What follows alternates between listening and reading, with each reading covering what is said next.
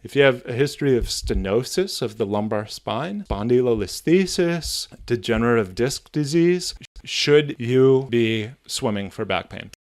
Today, we're going to be talking about swimming. We're going to talk about whether it's something you should be doing or if you maybe should stay away from it. So after the pros and cons, we're going to get into the best methods for swimming, especially if you are someone that has a certain condition with your back where you might want to be careful with swimming. We'll talk about the specific conditions that may want to avoid swimming, and the others where it might be actually a good thing for your back. And then we'll talk about some modifications that you can do that actually might be really helpful. The pros of swimming. Swimming is a full body exercise. It's cardiovascular. It's also strengthening. It gets, the whole body moving and working together, which is a fantastic thing. If you spend a lot of time sitting or at a desk or on a couch, swimming is one of those activities where it can help kind of counterbalance that time spent in that hunched posture that we as a society tend to do for way too much time.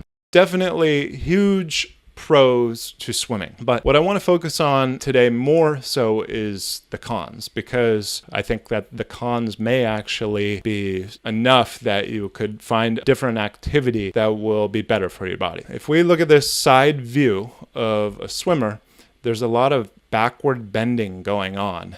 And especially in the lumbar spine. That is actually, for someone with a chronic back pain history, already a deal breaker. Backward bending in the lumbar spine may be painful for you. It may set off sciatic type symptoms, and you can find that out on land by doing something like a cobra or Mackenzie method. If you've tried a repetitive extension of the lumbar spine and it doesn't work for you and maybe exacerbates your conditions, well, then you can imagine that swimming might do this similar thing for you. You may think, wow, this is a really exaggerated backward bend. I'll try to swim without that amount of backward bend, but it's really a hard thing to do. You can rotate your body more, but there is something to be said about just the natural movement of swimming with the legs. You can see that, okay, this left leg is in alignment with his body, but the leg that's kicking back right now actually is in hip extension. You know that we talk a lot about how the hip flexors attach directly to the lumbar spine. And if you extend the leg, here's the femur of the right hip here of this drawing. If you extend that femur, it's going to pull on those hip flexors and pull on that spine and potentially cause some essentially stenosis type of movement in the spine, excessive backward bending. If positions like this on land, a Superman, bother you, then swimming's going to be very similar. His right hip is an extension, and what he's about to do is he's about to engage this right hip flexor heavily to kick this leg forward through the water. And when you engage or contract that hip flexor heavily when it's in this extreme position, it's going to yank on that spine even more. Really, what it requires to be able to swim comfortably is a lot of control of your lumbar spine through abdominal core connection. Since with swimming, there's so much going on in the body. You've got your arms to think about, your stroke, your form, your breathing, your kicking. You want to be kicking from the hips, not the knees. And then also to be thinking about the core connection.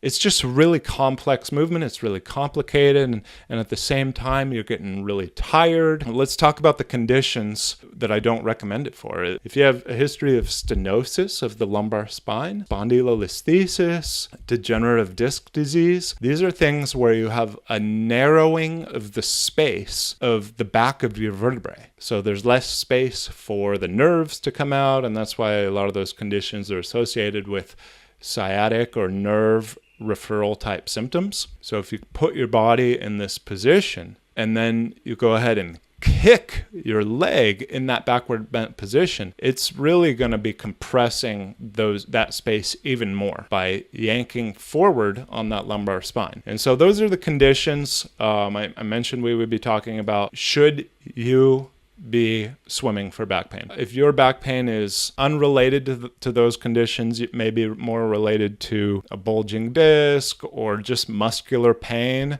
then swimming could be a good thing for you. The best way to know is to try. It's not going to hurt you to just give it a shot. If you feel like it's just intuitively doesn't feel right, I would hold off on swimming, and you can get to the point where you are able to swim in the future. All right, so let's get into the best methods. What about breaststroke? What about butterfly? Are these better? The bottom line is, no matter what method you're doing, your body is in the water and you have to breathe the air, which is out of the water. This is a picture of breaststroke, and actually this would require even more backward bending than the standard stroke of swimming, because you can't rotate. There's no rotation. And this applies to butterfly as well. So I think the best stroke for swimming is just overhand stroke.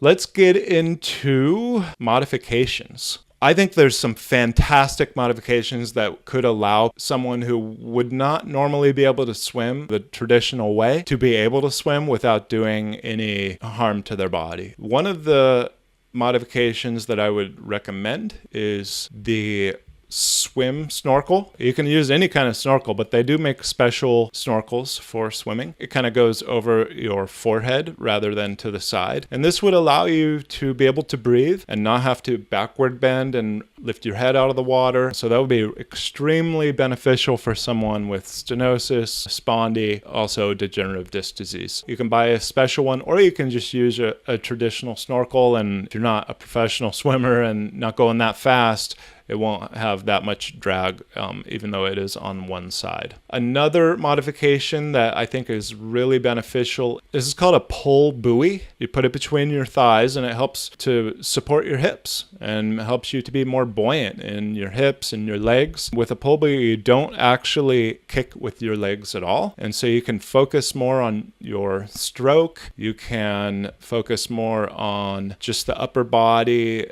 form, your breathing, core connection, and it can be actually very beneficial for strengthening the core to be able to swim without the drive that is being provided by your legs. It gives you one less thing to focus on. That's a pull buoy, and it's super cheap. Looks like this. There's so many different kinds. I think it's a fantastic tool. You need to have a really strong abdominal connection to protect your lumbar spine with your hip flexors in a fully lengthened position, engaging them, contracting them to kick through the water. Overall, in summary, I think the people that I recommend swimming for are people that have a really confident core connection and enough experience with swimming. You're not just like learning how to swim, be doing all these other things that if you do with swimming and still be able to maintain that connection. Swimming is best for people with good posture and muscular balance.